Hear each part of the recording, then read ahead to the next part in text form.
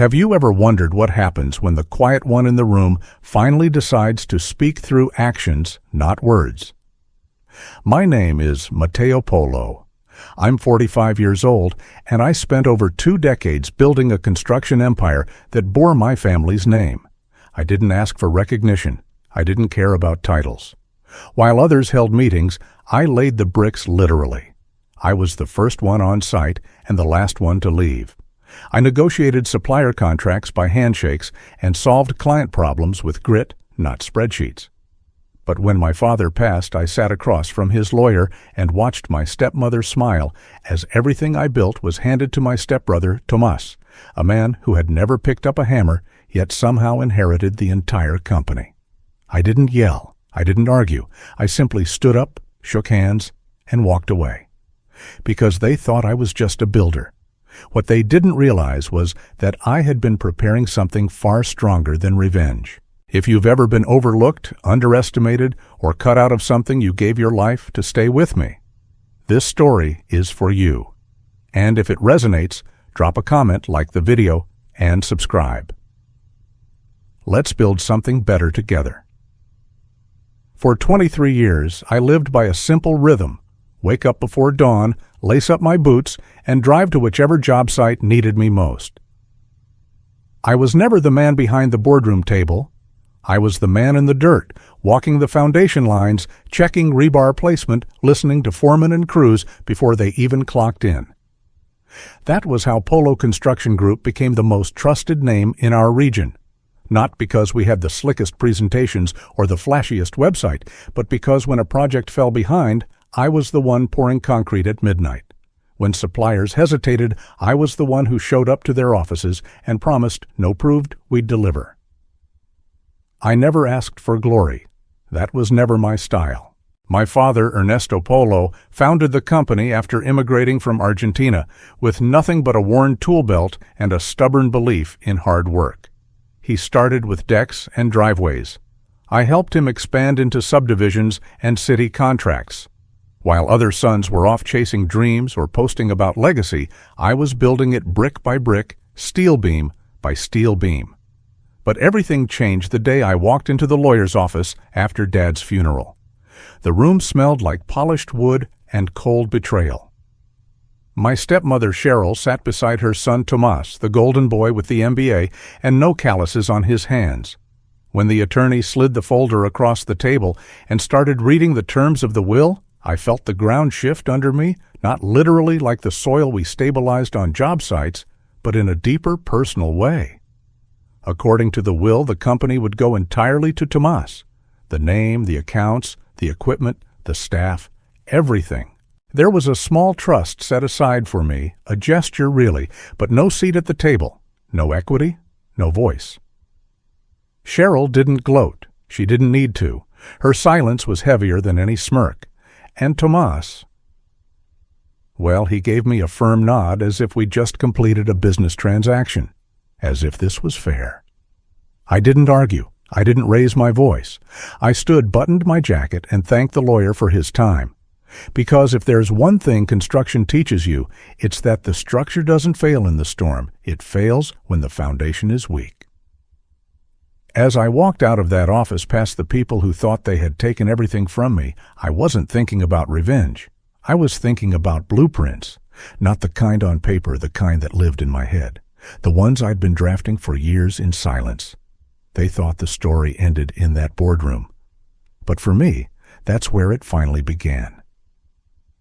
There's a certain kind of power in being underestimated. People assume that if you don't talk much, you must not know much. That if you don't fight for attention, you must not want it. I learned early that silence is not weakness, it's strategy. While Cheryl and Tomas built their image with polished words and sleek business cards, I built mine with calloused hands and quiet consistency. And for years it worked. Back when I was in my 20s, fresh out of trade school, Polo Construction was a skeleton crew.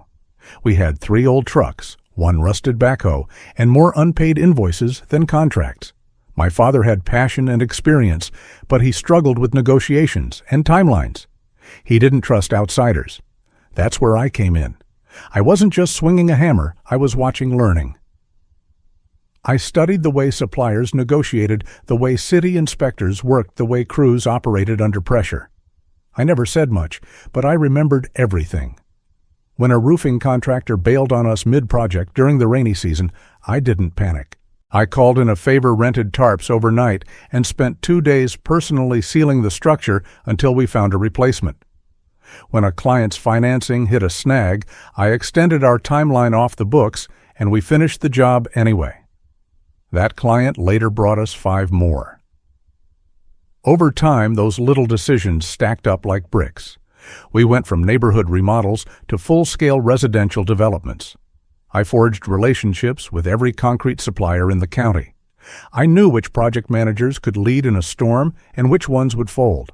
I never made speeches or pushed for power. I let results speak for me. People called my phone, not the office line, when problems exploded. And yet, I never put my name on anything. No one saw Mateo Polo on a company banner. That wasn't my style. I let Dad take the credit. I figured I was building something for the family, our name, our future. But deep down, I also knew something else. People like Cheryl and Tomas only see value in what's written on paper. They don't understand loyalty. They don't see that the real foundation of any company isn't cement or steel, it's trust. So I stayed quiet. I let Tomas believe he was the smart one when he joined the company 3 years ago, fresh off his MBA. He came in with a title, Director of Strategic Operations, and a leather portfolio full of buzzwords. I nodded through his presentations and clapped at his ideas. I never challenged him. I let him talk while I kept building. What they didn't know was that I had already started sketching out my own blueprint, not on company time, not in rebellion, but as insurance. Because if there's one thing I've learned after 2 decades in construction, it's this. The most important structure you ever build is the one no one sees coming. Tomas Polo didn't grow up on job sites. He didn't know what it was like to sweat through your shirt by 9 a.m., or to negotiate with a supplier who'd just been burned by a shady subcontractor. While I was up before sunrise checking rebar layouts, Tomas was sipping coffee in Buenos Aires cafes, arguing philosophy with professors. And to be fair, he was smart, well-spoken, charming, good with numbers. But smart doesn't build trust, and charm doesn't keep a project on track when concrete is drying too fast in 95-degree heat. 3 years ago, Cheryl convinced Dad to bring Tomas into the business full-time. He just finished an MBA from a private European program, and he returned home with a head full of models, acronyms, and a pitch deck for scalable growth. I remember the first time I met with him after he was given his new role, Director of Strategic Development. He wore a blazer to a framing site. The crew looked at him like he'd landed from another planet. He shook hands like a consultant, not a builder. His fingers were clean. At meetings, he threw around words like vertical integration and supply chain restructuring, and Dad ate it up. Suddenly, Tomas was being invited to sit in on quarterly financial reviews, on client calls, even on city permit discussions, things I'd handled solo for years. I didn't fight it. I smiled. I nodded. I let him talk. And Cheryl, she orchestrated the whole stage like a seasoned producer. Over family dinners, she would praise Tomas's latest ideas, brilliant, innovative, just what the company needs to evolve. Meanwhile, when I mentioned that we'd landed 3 new contracts in the Valley or resolved a delivery delay that could have cost us 6 figures, she changed the subject. My results were facts. Tomas's words were vision. Dad wasn't blind, just aging tired, maybe craving the promise of a future he didn't have the strength to chase anymore. Cheryl gave him that. And Tomas played his part perfectly. He wasn't confrontational. He never disrespected me to my face. But he had a way of framing things that made my approach seem old, outdated, like I was the past and he was the future. He started sending suggestions via email, automated schedules, analytics dashboards, cost-cutting proposals. I played along. I implemented a few changes, ignored others. But I noticed the shift. Clients who once called me directly began receiving emails from Tomas offering process improvements. Vendors I'd worked with for over a decade mentioned how corporate things were starting to feel. And then there was the office. Tomas moved into the corner, one Dad's old space. Cheryl said it made sense. I kept my little desk in the back near the drafting table and blueprints, just like always. Let him have the glass walls. I preferred concrete, but in the quiet moments I could feel it. The structure was shifting, not suddenly, but piece by piece, like a foundation slowly settling unevenly under too much weight. You don't see it at first, but eventually something cracks. Change never announces itself loudly. It creeps in disguised as small adjustments, temporary arrangements, helpful suggestions. At first, it looked like efficiency. Tomas introduced new software to manage project timelines. Nothing wrong with that. Then came the automated bid system that bypassed my desk entirely. Suppliers I'd spent years building trust with started getting quote requests from interns Tomas had hired. He called it delegation. I called it erosion. One day I showed up to a site to find the crew waiting because the delivery Tomas scheduled hadn't arrived. Wrong supplier, wrong mix, wrong day. When I called him, he texted back a thumbs-up emoji and said, "I'll look into it." That was the first time I realized something bigger was unfolding. A week later, our company accountant, who had worked with me for 15 years, quietly mentioned that my signing authority had been altered. On contracts above a certain dollar value, I now needed co-approval from Tomas. No one told me directly. I only found out because she felt uncomfortable hiding it. That's when I started paying closer attention, not to what was being said, but to what wasn't. Client meetings that I'd normally lead were suddenly rescheduled without my knowledge. Subcontractors I trusted were dropped without explanation. Cost-cutting, Tomas said. Streamlining. What he was really doing was pruning my influence bit by bit until all that was left was my presence, not my power. And yet I played along. I made no fuss. I still showed up to sites every morning. I wore the same work boots. I ate lunch with the crews. I let them believe I hadn't noticed. Because in construction, when you see a wall starting to lean, you don't shout about it. You reinforce the supports somewhere else. Cheryl, meanwhile, was always in the background. She handled legal documents with precision, drawing up new corporate structures that consolidated assets into a family trust. I was told it was for tax reasons. I didn't ask, but I read every line. The big shift came when Tomas started using language like his vision for the company. Not ours, not Dad's, his. He positioned himself as the future. He rebranded proposals under his name. At a city event, he introduced himself as CEO, even though nothing official had changed on paper yet. People started believing it. And to be honest, I let them. Because here's what Tomas never understood: trust isn't declared, it's built. Every crew member, every supplier, every city inspector knew who solved problems at 7 a.m. and who showed up at 10 with a latte. They knew who fixed delays quietly and who sent emails after the fact. The more he tried to look like a leader, the more obvious it became that he wasn't one. But I said nothing. I signed the paperwork. I nodded in meetings. I let them rearrange the furniture and rename the rooms, because I wasn't losing ground. I was marking it. Quietly. Precisely. And when the time came, I'd know exactly where every beam was buried. The will was read on a Tuesday morning, 4 days after we buried my father. The conference room was smaller than I expected, just polished oak furniture, a large window facing downtown, and the faint smell of old paper and fresh ink. I sat across from Cheryl, who wore a black dress and a pearl necklace that looked too deliberate for mourning. Tomas scrolled through his phone, legs crossed, looking like he was waiting for a flight, not the final chapter of a man's legacy. The lawyer, Mr. Delgado, adjusted his glasses and cleared his throat before opening the folder. Per the wishes of Ernesto Polo, he began all controlling interest in Polo Construction Group, including assets, real estate, and intellectual property, is to be transferred to Tomas Polo effective immediately.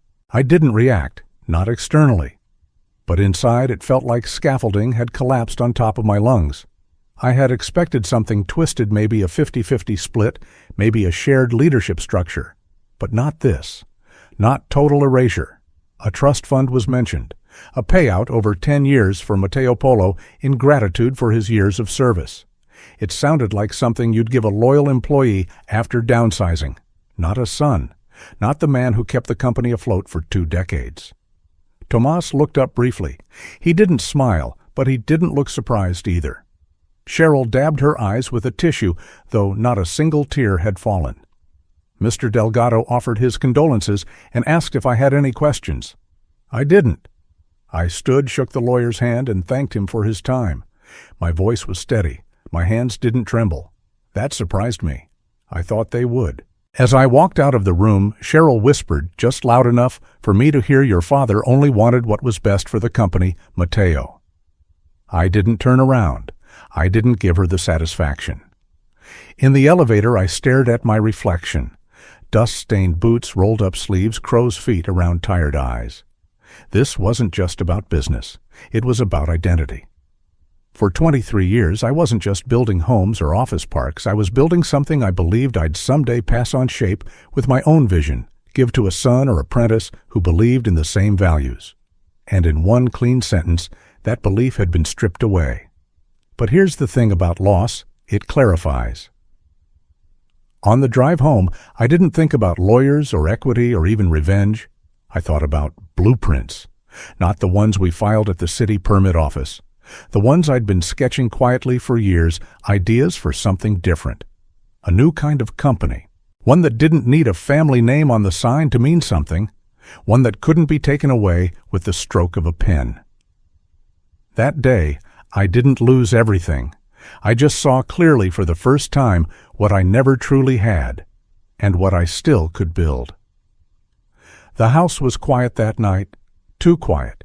No calls, no condolences, no leftover sympathy from the funeral or the will reading. I sat in the garage staring at the workbench I'd built with my father 25 years earlier. It was still stained with paint from our first housing project. I ran my fingers across the grooves, remembering the long nights we spent planning projects, arguing over materials, laughing at crew jokes. That table had seen more of the real business than any boardroom. In the bottom drawer behind an old roll of measuring tape and a rusted wrench I never threw away was a folder. Thick, sealed, and labeled with a name only I knew Crestabuild Inc. I had registered the company 6 years ago during a rocky month when Dad had first started deferring decisions to Cheryl. Something in my gut told me to prepare.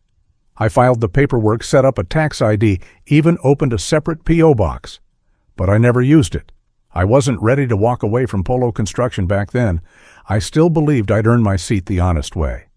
But now it felt like the only plan I could trust. I pulled out the folder and opened it carefully. Inside were incorporation documents, sample branding mock-ups, a business model I'd drafted by hand during sleepless nights. Not flashy, just efficient. Clean lines, practical margins, a focus on honest craftsmanship. I had even made a list of subcontractors I'd bring with me, people who worked hard, kept their word, and didn't play politics. Beside the paperwork was a USB drive. It contained every contact I'd built over the years. Not just names and numbers, but notes about project preferences, cash flow rhythms, family updates, personal stuff. The kind of information you only earn by being present on site, not behind a laptop. Looking through it, I realized something important. Tomas had inherited a company name, some property, and a few contracts. But the soul of the business, the trust, the loyalty, the knowledge of who really ran things, that lived with me. The next morning, I drove out to a vacant property I'd scouted years ago just outside of town. Zoned for light industrial use, good road access, enough space for a modest yard and office. The for lease sign was still there, faded but legible. I took a photo. My first step. Then I called an old supplier, Carlos from West Side Cement. We'd been through 3 pricing wars and 2 supply shortages together. Carlos, I said I might be starting something new. Just checking if I can count on you. You leaving Polo Construction? I think they already left me. Carlos paused, then replied, "Wherever you go, you've got my trucks." I hung up and smiled. This wasn't going to be a comeback. It wasn't going to be a fight. It was going to be a build from the ground up, the way I'd always done it, quietly, strategically. And this time, no one would take it from me. The following week, I walked into the main office of Polo Construction like nothing had changed. Same jeans, same boots, same quiet nods to the crew. Tomas was sitting behind Dad's old desk, sipping a cold brew and tapping away on his laptop. When he saw me, he gave me a smile that felt more like a smirk. "Mateo," he said, like a manager greeting a junior foreman. "Glad you're here." I've been thinking about how to ease this transition for everyone. Maybe you could serve as a contractor for some of our older accounts, help us maintain relationships while we modernize. I pretended to think it over, then nodded. "Sure, that sounds fair." He didn't notice the way I watched his body language, the way he barely made eye contact, the way he rushed past the word maintain like he was already planning to replace it with eliminate. Tomas thought he was offering me a lifeline. What he didn't realize was that he was giving me full access to the one thing he could never replicate: trust. I spent the next few weeks handling client relations on behalf of the company. But what I was really doing was laying the foundation for something else entirely. Every call I made, every site I visited, every cup of coffee I had with a vendor, it all had two purposes. On the surface, I was representing Polo Construction. Underneath, I was reactivating relationships for Crestabuild Inc. I never pitched it directly. That would have been too obvious. Instead, I asked questions. How's business been? Has our new billing system caused any issues? Do you still feel like we're meeting your needs on site? People started opening up. One client told me deliveries had been arriving late ever since the scheduling software changed. Another said she missed being able to call me directly for change orders instead of logging into a portal. I listened, I nodded, and I remembered. Meanwhile, Tomas was busy making efficiency adjustments. He trimmed costs by switching suppliers to cheaper alternatives. He restructured crews without understanding site dynamics. He started pushing one-size-fits-all pricing models that didn't reflect the nuances of our long-term clients. Internally, morale dipped. Crew leaders stopped looking at him during meetings. Office staff whispered in the break room. One of the site foremen, Marco, pulled me aside and asked, "Is this how it's gonna be now?" Algorithms over people. I looked him in the eye. Not for long. By the end of the month, I had a mental map of which clients were ready to follow me, which suppliers still trusted my word over a spreadsheet, and which crew members were looking for a reason to jump ship. I said nothing to Tomas. I filed my invoices, played my role, kept the peace. Because in construction, you don't scream that the structure is weak. You let the inspector find the cracks while you quietly prepare to build something better next door. It started with a miscalculation, small, almost invisible to anyone outside the circle. Tomas changed the delivery schedule for a mid-rise housing project we were managing in Hillside. He pushed the concrete pour ahead by 2 days to optimize crew downtime. What he didn't factor in was the supplier's availability and the crew's coordination with the steel subcontractor. The result: the pour happened too early, the rebar wasn't fully set, and the inspector failed the entire foundation. It delayed the project by 3 weeks and cost the company over $40,000 in penalties and rework. I didn't say a word. I showed up on site, walked the perimeter, reassured the client, and made a few quiet calls to get it back on track, off the books out of sight. I still had my name and reputation, and Tomas needed that now, more than ever. That was the irony. The more mistakes he made, the more he leaned on me to smooth things over. And I did. But not for him. At another project on the east side, he pushed through a switch to a cheaper insulation vendor without consulting the field manager. What arrived wasn't up to code, and a half-installed floor had to be ripped out. Clients noticed. Inspectors noticed. But Tomas kept blaming legacy systems and operational lag. What he didn't realize was that no one believed him anymore, not even the office staff. Then the calls started coming in, first 1, then 3, then half a dozen. Clients asking to speak directly with me. Not the company, Me. Harrison Properties. One of our longest-standing partners called late one Friday evening. Mateo, Mr. Harrison said, voice tight with frustration. This new guy, your brother, he's got no idea how we work. He's quoting us 15% higher than our standard rate and refusing our deferred payment terms. Has the company forgotten who got you through the 2009 recession? I could hear the edge in his voice, the hurt. Not just at the price hike, but at the arrogance. I haven't forgotten, I said calmly, and neither will I. That weekend, I made my quiet rounds. I visited 5 of our oldest clients. I didn't pitch them anything. I just listened, and every conversation ended the same way. If you ever go out on your own, we'll follow. Meanwhile, inside the company, Tomas was tightening control. He started holding private meetings with investors, redrafting org charts, offering bonuses to junior staff in exchange for loyalty. But it was like applying duct tape to a cracked dam. People smiled to his face and called me the moment the meeting ended. One afternoon, I overheard him on a Zoom call pitching a luxury developer. He was promising faster project completion through automation and AI-driven cost analysis. It sounded impressive until you remembered the guy had never stepped foot on a live job site without a GPS telling him where to park. The cracks weren't just showing, they were spreading, and Tomas was too busy measuring margins to see the walls starting to buckle. By mid-autumn, the weight of Tomas's missteps was too much for the foundation to hold.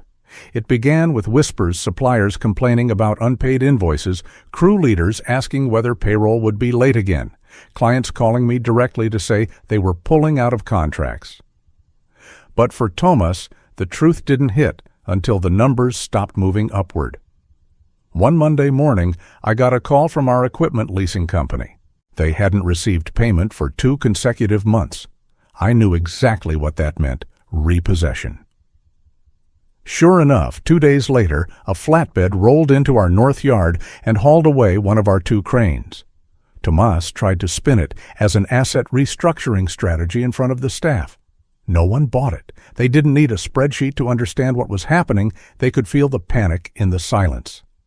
I kept my position, calm, professional. Still invoicing Polo Construction as a consultant while fielding private messages from clients asking when my new company would be ready.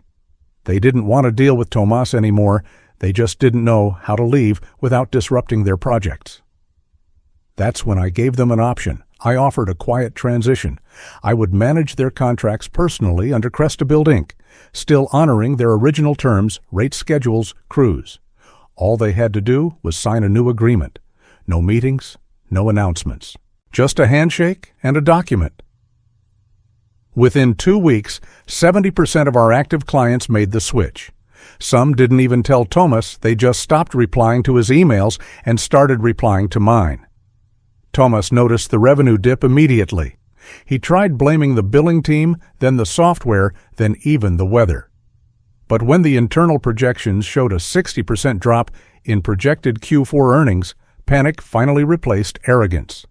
He called a company-wide meeting and presented a 5-point recovery plan that included slashing crew hours, cutting supplier relationships, and renegotiating insurance. The response: blank stares and 1 resignation letter before he even finished speaking. Then came the bank. Our loan officer at Western Trust called Tomas to inform him that the company had defaulted on its credit line. His voice must have shaken because the next call was to me. "Mateo, we need to talk," Tomas said, almost out of breath. "Clients are walking, suppliers are pulling out, and the numbers aren't making sense. I think someone's sabotaging us." I let the silence hang before answering. "No one's sabotaging anything, Tomas. The business is just showing you what it looks like without the people who built it." He was quiet, trying to process it, trying to hold on. "You still have the name," I said finally. "The logo, the documents?" "That's what you wanted, right?" He didn't respond, and he didn't need to, because justice in construction doesn't come with lawsuits or headlines. It comes when the worksite goes quiet, when the trucks stop coming, when the cement dries with no one left to smooth it. And justice that week was right on schedule. Crestabuild officially opened its doors on a crisp morning in late October. No ribbon cutting, no press release, just a small crew of people who believed in something real. We worked out of a modest warehouse on the edge of town, no flashy signage, just a clean logo stenciled on the wall and the quiet hum of purpose in the air. There was dust on our boots and pride in our hands. That's all we needed. Within the first month, we had 12 active projects and a growing list of clients requesting bids. Some were old partners who followed me without question. Others were new names, people who'd heard how we handled transitions, how we still showed up early, answered our phones, and kept our promises. In an industry full of delays and broken deadlines, reliability was more than a service. It was a statement. Marco, the foreman who once asked me if algorithms were replacing people, was now our site supervisor. I gave him full authority to hire the crews he trusted. He brought in good men, ones who knew how to work, but more importantly, how to work together. We didn't operate like a corporation. We operated like a team that had survived something and come out stronger on the other side. I invested in new tools, yes, but also in better safety protocols and training programs. I offered profit sharing for long-term employees and built a bonus system based not on margins, but on feedback from clients and vendors. Because I'd learned the hard way, buildings rise on technical plans, but companies rise on people. Meanwhile, Polo Construction became a ghost. The office was shuttered, the equipment gone. Cheryl had stopped showing up altogether, and Tomas was last seen trying to pitch digital real estate innovation to a tech startup in Seattle. No one returned his emails anymore, not even the bank. The sign out front came down one rainy Tuesday and was replaced with a leasing company's contact number. I drove past the old building once. Just once. I didn't stop. I didn't take a photo. I just glanced at the empty yard and the weeds growing up through the cracks in the asphalt, then kept driving. Back at Crestabuild, we were pouring the foundation for a new youth center project, a contract that meant something. It wasn't just money. It was legacy the right way. A local high school tech teacher brought his students to the site to learn about real-world engineering. One of the kids, no more than 16, looked up at the rebar frame and said, "You really built all this?" I smiled. We're still building. Because that's the truth. The real foundation isn't concrete. It's commitment. It's relationships. It's knowing that quiet strength lasts longer than loud ambition. And when you've spent your life doing things the right way, even when no one's watching, eventually, you get to stand on something no one can take away. That something is yours. Most people think revenge is loud, that it's about shouting lawsuits or dramatic takedowns. But the truth is, the most powerful form of justice happens in silence when you rebuild better, stronger, and without ever needing to explain yourself. Tomas inherited the paperwork. I walked away with the relationships, the trust, and the principles my father once built the company on. What he tried to take with strategy, I reclaimed with character. Because legacy isn't something you're given, it's something you prove one quiet decision at a time. If you've ever been underestimated, pushed aside, or made to feel invisible in something you helped build, remember this: you don't need to fight for a seat at the wrong table. You can build your own, and when you do, the right people will show up without needing an invitation. Let this story be your reminder. Stay calm, stay sharp, and never stop building what matters. If this story moved you, drop a quick comment below. I choose to build in silence. And if you believe in stories that reveal truth and strength through action, consider subscribing so you never miss the ones that matter most.